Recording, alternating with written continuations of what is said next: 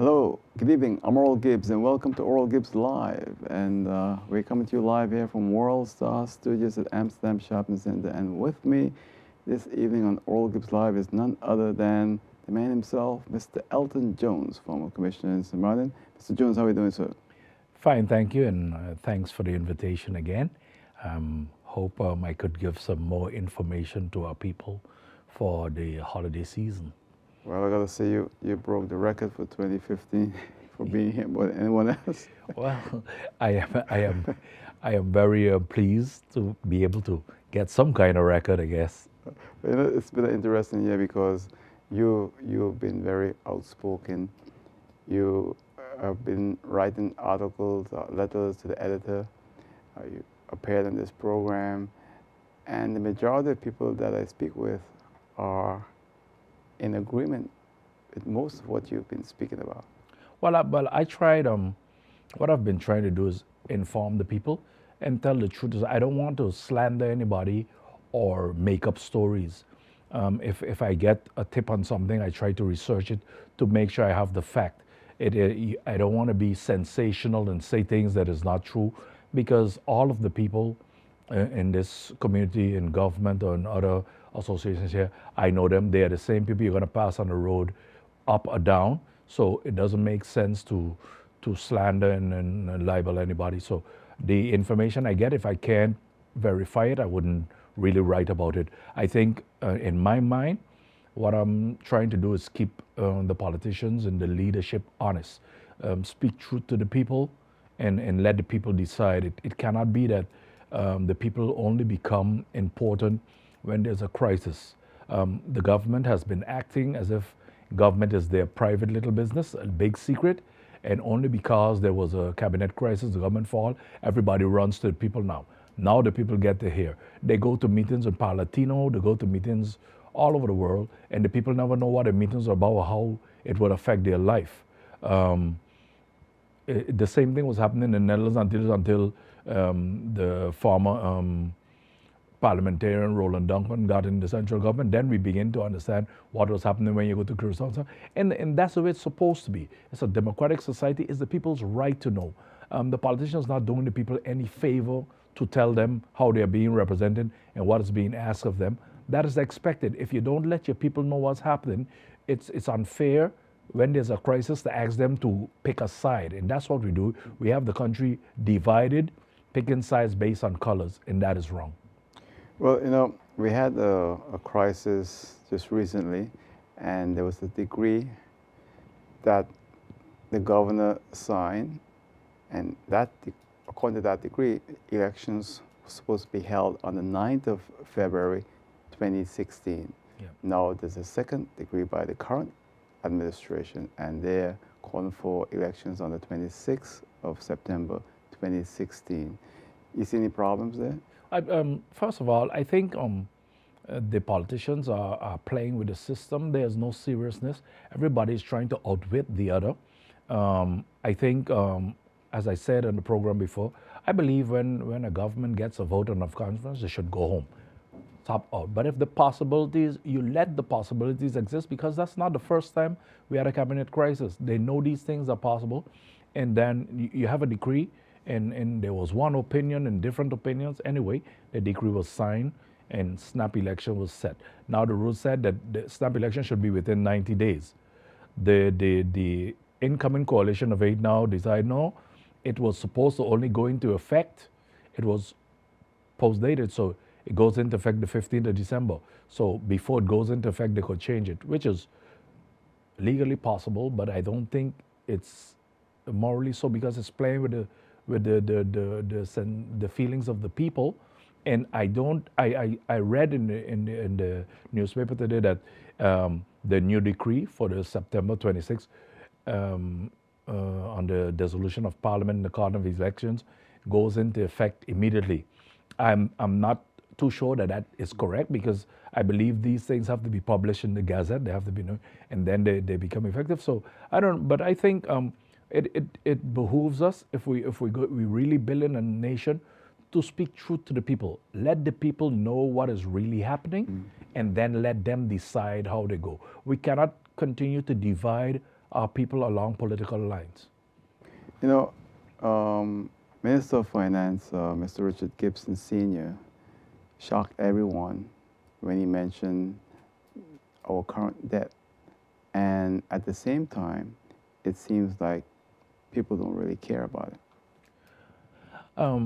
Some of the people in St. Martin, or majority of them, are yeah, tired, really tired. They throw their hands up in despair because so much things happen. And when you go and speak to them, what it says, my boy, what can we do? It would seems that everybody feel once people are elected, they do what they want. It's a get rich program, and yeah, the people doesn't count, and that lends to the effect of let me get what I could get now because they ain't going to talk to me again for 4 years. Um, the debts are real. We knew that these debts were there. There's going to be additional debts because we got to start paying back the loans, if you want to call it that, that the Dutch gave to buy out the Antillean debt. We have to pay our part, which is going to increase the overall debt by some 29 or more million. I think the government has agreed to with the Dutch on the CFT to balance your budgets. In 5 years, we haven't balanced the budget. We continue to have these pet projects that continue to increase on the national debt. And then you have to also add the debts of government-owned company accumulatively. That's what our children, grandchildren are going to be paying in the future. So St. Martin is not in this bright and rosy position we try to portray. The country is heavily burdened with debt, and I commend highly Minister Gibson, first of all, for withdrawing the proposal to raise the road tax, the number plate tax, by some 18 or 19%, and also to change the course of things as they used to go before, that you go after the little man, send him an order to pay, and threaten to take away his fridge or whatever he might have to auction it, while the big fish continue to get away. That he has pointed out that there's an outstanding 13 million between the casinos that needs to be collected, and you'll be going at that. I think is a great move. There are more properties in St. Martin, large properties, and other people that owe monies to government that we have not made an effort to collect. And I honestly believe if they collect part of this money, we can fill the gap of the budget. One example is if you take most people around the shores in the inland waters have what we describe as water rights. If you check in the budget, or you could get the information from them, because we have like the United States says the people have this Freedom of Information Act. We had the LOB, the Landsverordening Openbaarheid van Bestuur. We could go and get information too. A few people are paying, and who are the few people? The local people who might have water rights have to pay. There are tons of marinas and so on the lagoon and along the coast that are not paying. Yeah. And we seem to have this thing for a norm that pressure the local and let the rest get away. I know of hotel properties, even when I was in government back in the 90s, that when it was their turn to contribute to pay their share of taxes, they would, we have to close or we have to let off people because we can't afford to pay. So there was always the excuse that they don't pay. But these are the people that boil the government. Yeah, you're not doing enough to promote the country and so, but somebody has got to pay for it. They're making the lion's share, but they're not willing to offer their contribution. And these things got to stop. And government has got to stop making it a rule that only the small man pays. The small man cannot take anymore. I mean, you cannot get blood from stone. You're squeezing them. It's nice to talk about belt tightening, but lately the belt has become a noose around the necks of people. Little businesses can hardly survive in this country. It will be a nice project to walk up Front Street and see how many businesses are closing now. People, the majority of the budget is made up from income tax, wage tax, and turnover tax. Other people are not contributing their share. Profit tax, from what's in the budget, maybe 10 or 12 companies are playing. Among them are the banks, government-owned companies, and a few more. out of some 3,000 or more companies registered by the Chamber of Commerce. Something have to be done. We know how they organize their offshore subsidiaries, so they buy for themselves, so they show no profit, But there are ways around this because I know they went at other people before. They went at local companies before with this offshore setup. So government knows how to tackle those things, but we seem to have an a drive to go after the small man, go after the local man. You have a captive society, a captive audience. They can't go nowhere, like shooting fish in a barrel. You have them there, they can't go nowhere, so hammer them. You could always go to them and take what they have while the big fish continue to go. This country, if everybody who come here declare to love it so much, then let them also contribute their fair share. What is happening now is an atrocity. It's almost criminal how they treat the local people. I also understand that some hotels that collect the room tax haven't been paying it, and some are cheating the government on it. But that's look. It happens in the hotel properties, the timeshare. They collect room tax, they collect other taxes, and they don't turn it in. We also have some people here with a license for 25 car rentals. They go and they buy all the other people who have licenses, so they have 200 and 300 cars. They put French number plates on them. They collect the people the taxes, government taxes on them, but they don't turn it in because all they have is 25 cars officially. But we know that's not true. We see what's happening at the airport. If you check the properties, the rental properties, we see the amount of cars they have there now. They pick them out of the airport and carry them to the business. I mean, I honestly believe that the reason that we're not going after some of these casinos, the hotels, and the rental businesses and these other large properties is because as I said before, we continue to look to the next election. Boy, we have to go to these guys to help us pay for the campaign. So we don't want to pressure them too much because they wouldn't contribute. But the idea isn't to contribute to your campaign, it's to contribute to the country. The whole country should benefit from an economy that we build. My grandmother used to say, the difference of God and man is that when man reigns, he reigns for himself. And when God reigns, he reigns on every roof. The idea is that government reigns on every roof. Everybody should be able to live fairly and peacefully in this society. It cannot be that the rich gets away with everything and the poor have no chance out, and you cannot even go to the building and get assistance because the way it's set up now, you can't see anybody. It wasn't like before. You could have, and if you stand outside the building and some of the ministers come in, I don't think people should be rushing them down every time they come out of the car. But they some of them park in the back now. They don't want to see the people and stuff like that. It's difficult, and we have. I go down to Belvedere and Nazareth and I think talk to some people, and sometimes it brings tears to your eyes what you see and what you hear. People are living in complete squalor. Some people don't have electricity. Some don't have running water. This is 21st century St. Martin. We're a developing country, but we're not the so-called third world country. And with all the progress we have, we built a ultra-modern airport. We have a causeway. We have a boardwalk, which are nice things. But we have to look out for the social needs of the people. People are suffering. These things don't put food on the table. You look at the unemployment in this country.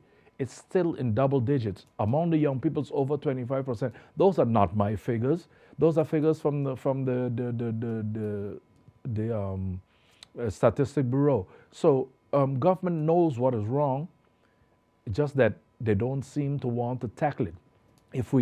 It seems that if we avoid things, they will go away, but they're not going away. It's getting worse. But Mr. Jones, we used to be competitive among our neighbors in the Caribbean, but we are losing that competitive edge. Recently, a friend of mine asked me to look into a luxury item here in St. Martin for the family, because St. Martin was known to have a better price. When I got the price and I sent it to the person, I said, well, it doesn't make any sense for me to purchase it in St. Martin because I can get it in this territory where there's tax, they have to pay tax and everything else, for the same price. Before 1995, you'll never get that. You'll always be able to get a competitive price whereby you'll purchase the problem here. And I'm saying this, and I'm saying this again all the time. From the time the turnover tax came into existence, it has been a loose around this island's economy. We've seen a loss in jobs among our people. We've seen an increase in prices. Recently, there's a new supermarket, probably the same animal with a different coat, changed its name in Cold Bay. I went in there to shop and I was shocked. The prices are no different. They're still very expensive. The government, our government is, yeah, um, not creative. The divide of ideas on how to do things. The easiest way when you have um, fiscal gaps or deficits is to raise the turnover tax because it started at 3%, you put it up to 5, and there's talk about raising it again. You raise the taxes on everything. There are enough outstanding taxes that if we start collecting, we wouldn't be there. But these things are making the country overly expensive. I believe the things that are going to run business from this country, that is going to damage the tourist product, is just these things. First of all, the crime, and we're pricing ourselves out of this market. We cannot continue to run a haphazard administration, and when we run short, we go back on the backs of the people, and the people who keep the economy going, who come in here and spend money, price ourselves now that people come off the ship and don't want to spend money because it seems that we can't afford it no more. We're supposed to be duty free, and we're more expensive than countries that where duty is paid. And then if you look at the crime situation, there's hardly a day that goes by that we don't hear of some atrocity, some shooting, some robbery. I remembered in 1966, the deceased Julio and Rantin and myself, we went to St. Croix to a song festival representing St. Martin. I was a young boy, and we were walking through Christianstead. In '66, they had all these bars up on the doors and on the showcase. And I thought it looked so ugly. And I thought to myself, that could never happen in St. Martin. Today, the people are living in prison while the criminals are running the streets. The same thing it is now because we can't get a grip on what is happening. I read in the newspaper someday that some cash for gold place were robbed. They quoted a figure of 60,000 and some Rolexes and stuff, and it's on the investigation. I think the police are doing a good job with the resources they have, but we have to be able to think out of the box. The cheapest Rolex you could buy in St. Martin is maybe $20,000. A person who can afford a $20,000 Rolex isn't going to pawn it for $500. Why would you be so hard up? So these people are either buying stolen goods, or they're encouraging, or they're doing other things to get, because those things are not pawned so easy for $500. Yeah. So the investigation, I have not studied that kind of job, but I think it should go further than that, because who really pawns Rolexes for the kind of money that these pawn shops are getting? And then again, you know, who in their right mind holds 60,000 at home that they're robbed? I mean, it's bad enough that they rob a bank or rob one of these money places that send money out. But at your home, who holds that kind of money? In the United States, once when I was doing flying school there, you go to a pawn shop to pawn your watch, and you have to give. You're not a local, so you don't have a U.S. ID. You have to bring your passport. You have to take all the information. Here, people go to the pawn shop. We can't tell who they are. They don't leave anything. The pawn shop just glad to give them a little bit of money and get rid of them. There must be accountability. The service may be needed, but there must be accountability, because we know people are stealing things. And it's against the law to buy stolen goods, but if you don't have ways of checking it, people are going to continue to do it, because at the end of the day, it's about the profit, it's about the money you make, the bottom line, and nobody cares about country, because most of these people who do these things think about leaving should things go bad. I can't think about leaving. This is my country, and I would like to see it run better. I'd like to see government function better. I'd like to see the justice system function better. I'd like to see the schools, the hospitals, everything function better. And it's in my favor to demand that happens. We're part of this country, and we can't throw up our hands in despair and continue to think we can't do nothing about it. Government is obligated to solve its people, and the people have to demand more accountability from their government. I remember the last time you had a number of young people, you gave your number, Yeah. that called you and A few of everything. them call Yeah. me, yes. A few of them call me. People are suffering. Um, People need jobs, but uh, what you have to understand is I don't have a job to give you. We talk to people, hotels and properties who have jobs here and there. All of them are not top jobs, and there are a few top jobs, but you have to be prepared for Right. them.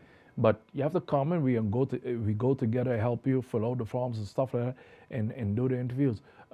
You cannot stay home and expect things to come to you. You have to hit the road and show that you're really interested, that you want to have a job. The I have in my car an, a degree from a young St. Martiner in Holland. He's an aviation engineer. He has a job in Holland. He's been offered a job in Aruba, but he's trying to come home. Now we're busy, as we say, building a country.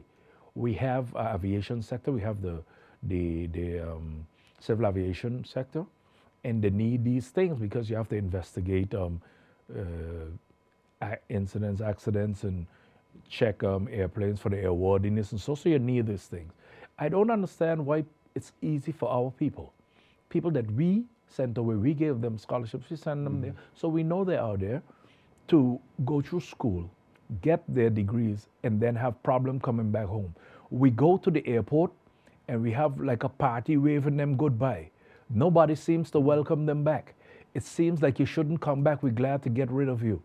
It cannot continue that way. We're not building a country for everybody who wish may come.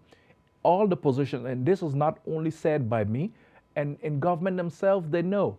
The Transparency International said it to them. It's difficult to build a country when all your top positions is headed by outsiders. Who are you building this economy for? What kind of country are you building? It would seem that, and this is the explanation I give, yeah, but they have a Dutch passport. So the requirement to decide the direction of St. Martin is to get a Dutch passport. Doesn't matter where you come from. You have a Dutch passport, so by that reasoning, all 16 million people in the Netherlands can come here, step off a KLM and run St. Martin because they don't have to know about cement. The only requirement to decide for this country is have a Dutch passport. And those things are wrong. You cannot have such a huge unemployment. And if you walk up Front Street and walk down back street, the Indians only bring in Indians. If they can't get them out of Mumbai or India, they bring them out of Guyana. The Chinese only bring Chinese, and you could go along the line. And people talk about being prejudiced and being racist, but Guyana has just as many black people as has Indians. They never bring a black Guyanese. You know, and this is basically African people. Most of the people here are from African descent, but we don't have those people around. This place, the tourists, you sit by barefoot on Front Street, and the tourists actually, but there are no St. Martiners here. Everybody we go by is either Indian or from someplace else. No St. Martiners work. No, they want to work, but they can't work because they're not employed. We're not employed. Apparently, our schools that we boast of spending 33% of the budget on don't produce nobody can sell T-shirts and watches. Wait a minute. I'm glad you mentioned this, Mr. Jones, because the reason why I'm saying is, let's go now to the hotel sector, because this is where we here in St. Martin was the leaders in the Caribbean, the Northeastern Caribbean, for the last 30 years. And I worked in Muller Bay, at the time the largest hotel in the Nelson TV in the Caribbean, as a duty manager. At the time, there were a number of other St. Martiners working there. Charlie Myers, Michael Ferry, you can go on naming all the different people in managerial position. Okay. Today now, a St. Martiner cannot hold a managerial job in a hotel property. And if he hold one, after a year or two, they send him home because they don't want to keep him anymore. And that happened already right now with the local St. Martiner. Yeah, but that is honestly the fault of our government. You hear these things coming from the halls of power, whether it's Parliament or the Council of Ministers. You hear them talking about, yeah, but we can't tell people who to hire. That's a joke. You give people a license and you attach things to it because people should not think that we're giving them a license so they could bring in the rest of the Caribbean, the rest of the world, and boast about how much nationalities we have here while our people go hungry. Those things cannot be. We have had Nobody, at the time we got into the tourism business, we had nobody with degrees, nobody, but we ran successful businesses in this country. We ran one of the biggest hotels in the Caribbean, in Mullet Bay, and it was run by local people. We were the managers in the casinos. Our people ran the casino. Today they're saying we can't run them. Um, we were in business when I grew up. All the businesses going in front streets were local people. They were encouraged to sell some, sold some, but the excuses that they use today, that we lazy, we don't want to work, we can't do this. We build this. These things that people didn't come here and build this country. They came here and met a house. They stood on the roof and said, I contributed. But they met the house built because they didn't come here to help me build anything. They come here for the opportunity to make a living, to work. And there's nothing wrong with that. People follow jobs around. We have done that too.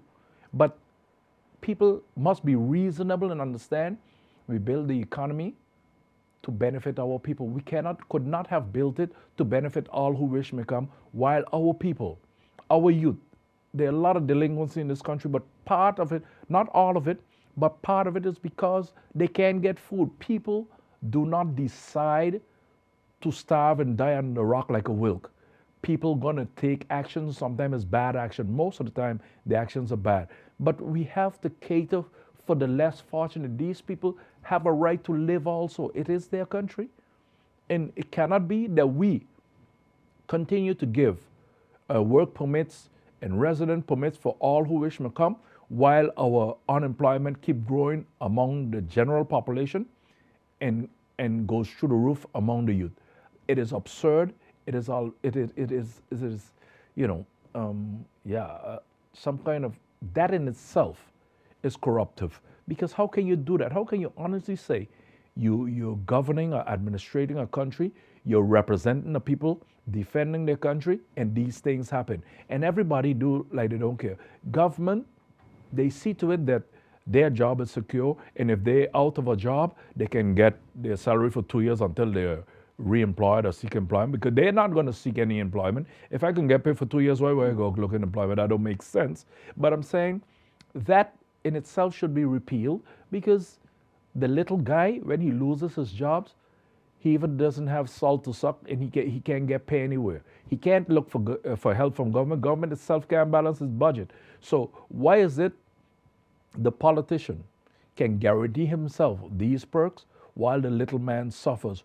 And these talk about reform, all we're trying to do is make it more possible for the leaders to become super leaders. So a few Mussolinis, totally fascist, and if you don't do what the leaders say, this is what will happen. We're not, this reform is a joke.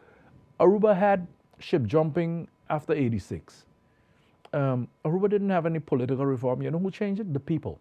The people said these small parties, these little troublemakers, we're not voting in. Today, Aruba has a two-party system. They didn't have to stop anything to have any reform, and I don't believe in the reform, because the people who are calling for it are the same people who benefit from it one time or the other. The people don't only jump ship. It's encouraged by party leaders because everybody wants to be in government, which is fair enough. You run election, you want to be in government. But they go to other people, members, and try to get them to switch and switch. So they're talking about it like it's a strange phenomenon, but it's encouraged.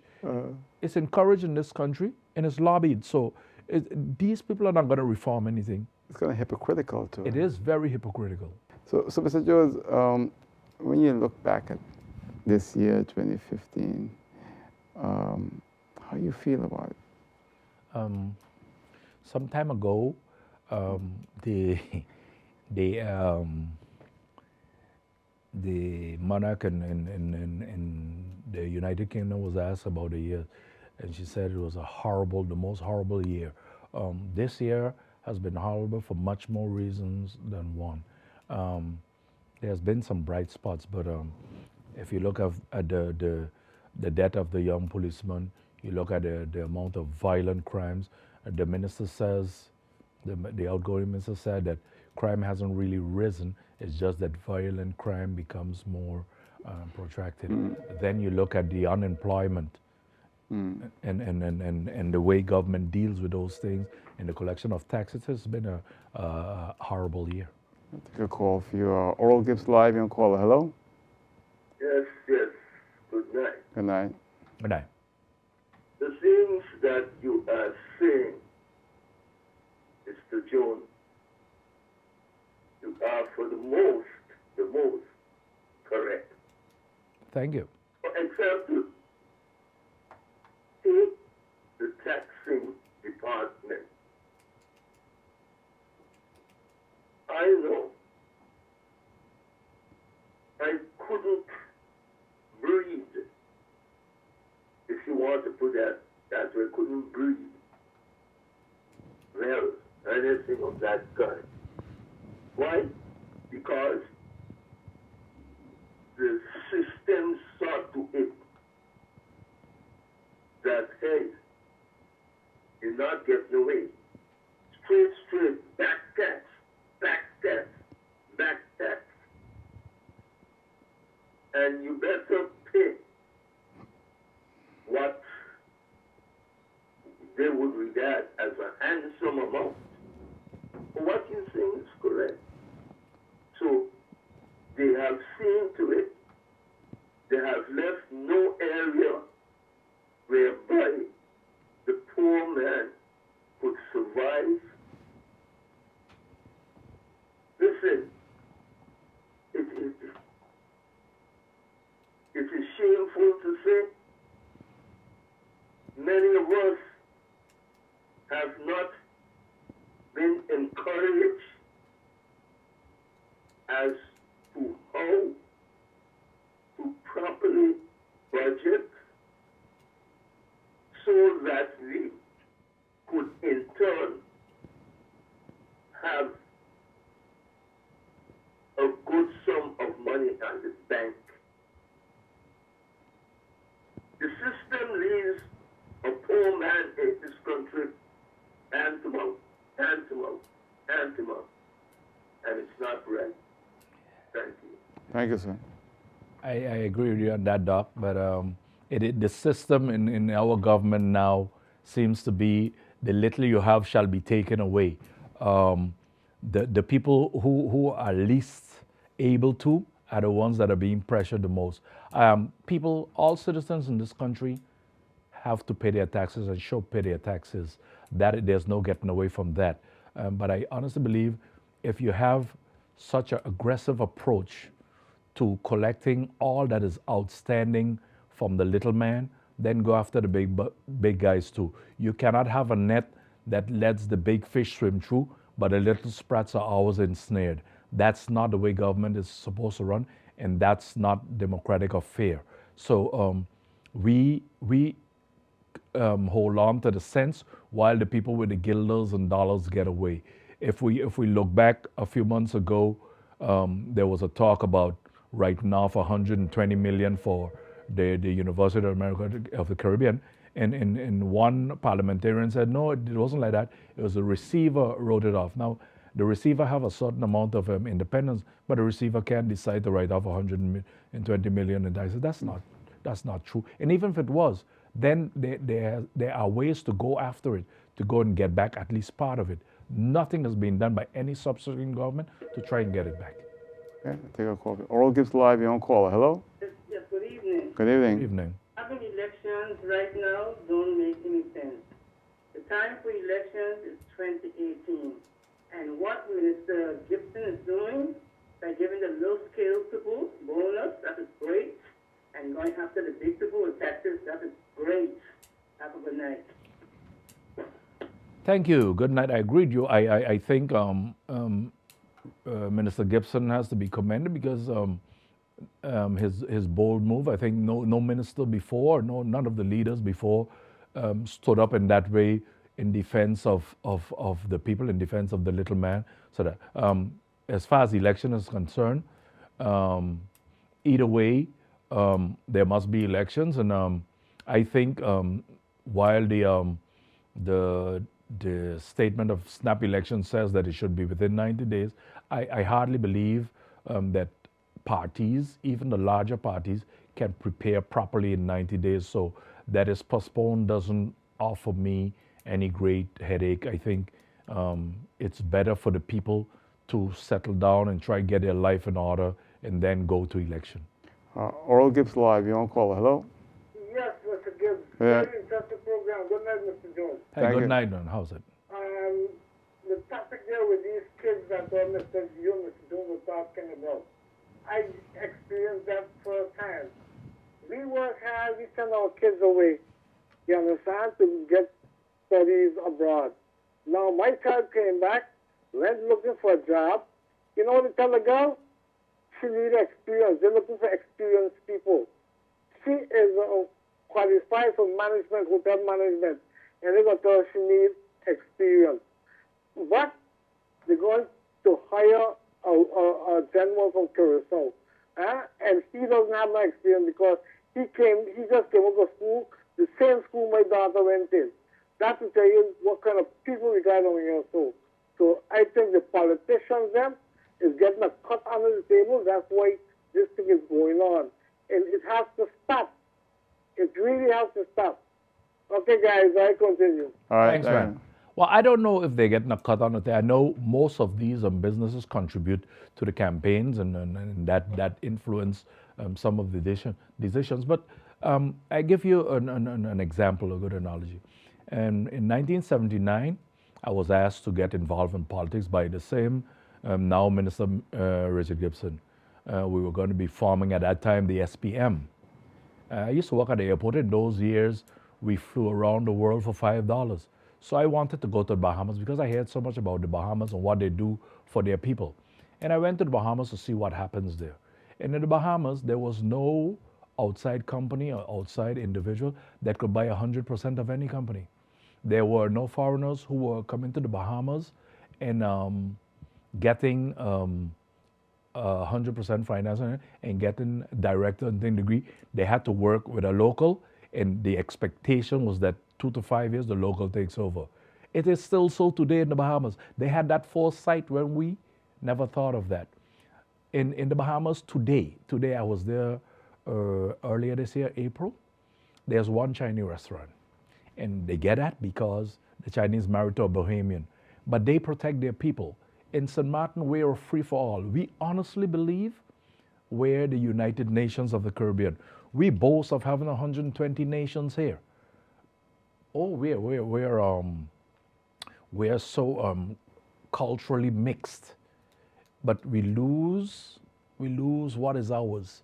We try to cater more to the other guy. We want to be like them. We speak like them. We behave like them. They come to the census office. I'm standing in the line, and a lady says, she goes up to the window and she talks to the attendant. And the lady said, look, I don't speak Spanish. You would have to speak it. And the lady went to town, what? Spanish and these kind of things. We don't speak no English, speak Spanish. But I also go to San Domingo, and I couldn't walk up to a counter in San Domingo and demand that they speak English. People do what they want here. And there's nowhere to turn. We are free for all.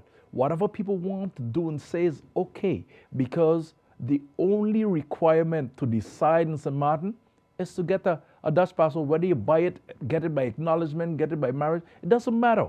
Once you got it, you have all the rights in the world. The only people don't have rights here are our people. When we say that we are St. Martin and this is our country, that's offensive. That offends somebody. Somebody doesn't want to hear that. And so we have to, because we're the friendly island, we have to swallow everything and take whatever's shared out. Well, you know, we've gotten to the stage where most St. Martiners feel like they've lost this island, they're outsiders, and the only thing left is when they say, look, I'm from here, I was born. That's all they got, because it's nothing else. The government doesn't stand up for them. They don't own anything in this economy. They can't find jobs. They're hopeless. They have no sense of direction anymore. They basically, many of them are just giving up. Hopeless and helpless. I think the government doesn't stand up for them, maybe an understatement. You cannot get anybody in the halls of power to say who a St. Martiner is.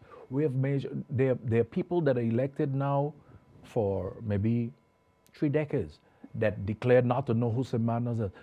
To add insult to injury, we have hired a group early in this year to do a survey, to do a polling, to determine who's a St. Martiner. I mean, you're running a country, you run for election in this country, you don't know who your people are. That is a joke. That people are suffering, it's nothing that started today. We didn't start having high unemployment since 10 either. But never there has been people that came up in defense of the people. We continue to give unlimited amount of work permits and limited while our unemployment is high. We made no provisions that our people get hired. People come to this country to talk about having experience, and you can't get experience without a job. If you don't get a job, you won't get it. And it's simple. In places like the United States and other countries, they bring in coaches. You work along with this person, and when you're ready to take over, you take over. That's why you spend money on education. That's why we spend 33% of the budget to get returns on it. So later, my people come home and get a job. Yeah. Oral Gibbes Live, you're on call. Hello? Hello, Mr. Gibbes. Good evening. Good evening, how you doing? Good evening to the gentleman also, not bad. Good evening, Yes, ma'am. Mr. Gibbes. Yes? People love it in St. Martin because when they come here, they do just what they feel like. Yeah. And they're getting away with murder. I'm not from here also, but I well know. They're getting away with murder. That's why they love St. Martin. But they do not love St. Martin from their heart. I can tell you that one. Because I heard a lot of people talk a lot of wrong things, and sometimes I myself put them in their place. I put them in their place, all on the buses. All on the buses. They don't care about St. Martin like how it seems to other people. You should hear them.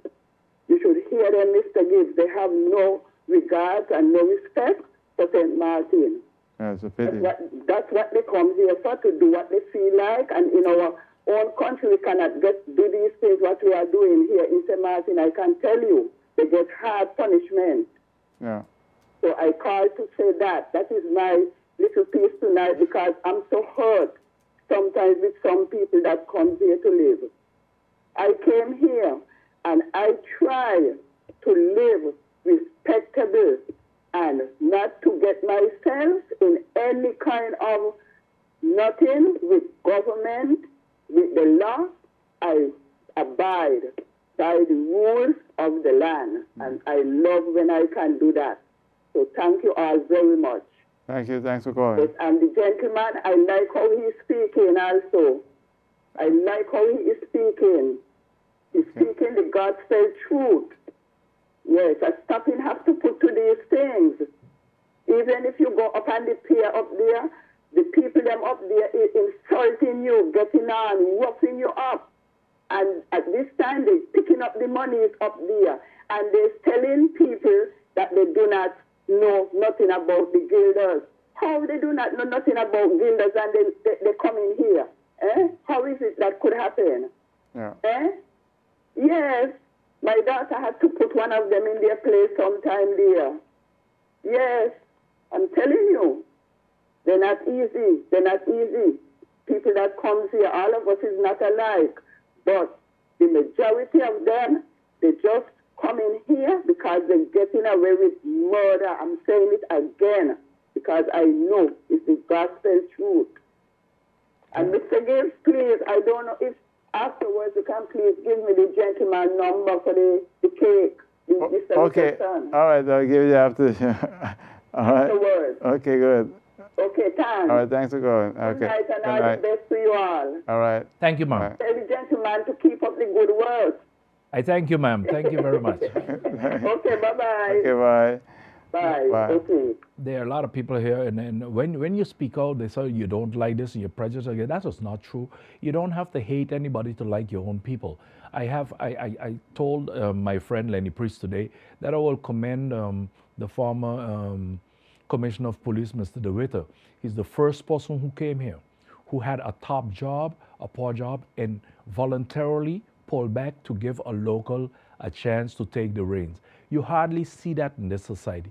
Everybody come here and think they have a right to bleed this society to death, and locals be damned because we don't care about locals. We do what we want. When we're ready, we go, and then you have a chance.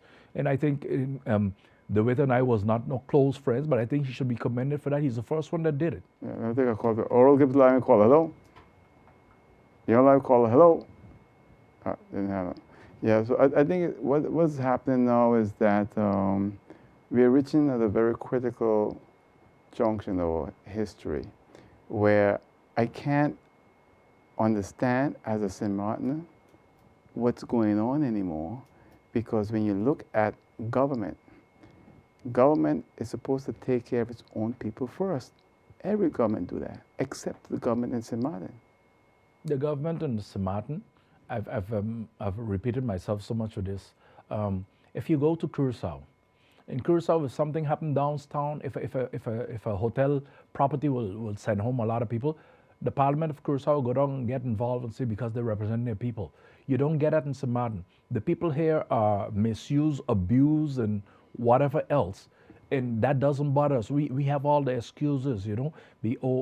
It's in court, and we're going to leave it, take it course, or we can't tell the people what to do. It almost makes no sense to have a government, because they don't represent you. They don't stand up for you. What you have them for? So they can go on these luxurious trips and collect large salaries? I mean, 5 years into this government, except for deficits, what have they done for the people really? Name me some legislation that has done to better the life of the people in this country. We were talking about the short-term contract. We were going to do, nothing has been done. There was an effort made to deal with the problems in the timeshare. It was sent back because of the civil servants can't deal with English, and so it got to be sent in Dutch, because the people must be disadvantaged or whatever, because the civil servants that they hire, Dutch people in Surinamers can't comprehend the English. And we are catering to American public with a country where less than 20% dominate Dutch. We want to put everything in Dutch. I did airport management training in Canada, in Montreal. Montreal have a section, the Quebecois are French, and they cater to the society. And the law is that all the laws in Montreal, everything coming out of government is in 2 languages. It must be bilingual, French and English. We here, we have councils, advisory councils in government that, you know, don't send nothing in English, while we have decided before 10-10-10 that English is the language of instruction and the language of business in this country. It's the language of business around the world. But I'm saying we're making a joke of this. Who are we really elected to defend? Who are the people we defend? Who's the country we defend? We're not from The Hague. We're a Dutch colony, but that doesn't mean St. Eustatius is direct under the Dutch. But they're using the Dutch is making that they use English in their country. And it's quite fine they do things in 2 languages, but we don't want to. And the currency is the US dollar. And their currency is US dollar, but we must stay pegged to the Antillean guilder, which nobody, even here in Samantha, don't want to accept it. When you go, people talk about what this is, how much this is. It's interesting to see how things are going. I was saying to you during the break that I gave up. I've been at this now going to 32, 33 years, you know, and I don't see it. I thought there was going to be change, but I'm not seeing any real change. Yeah, people, I can understand people getting tired, but I don't think we can afford to give up. I was speaking to some people and they have the same feeling, boy, I'm sick of this now, but we cannot look at it as only dealing with us. We all have children and grandchildren and their children that have to inherit this island. Those are the people that should stand on our shoulders and carry on.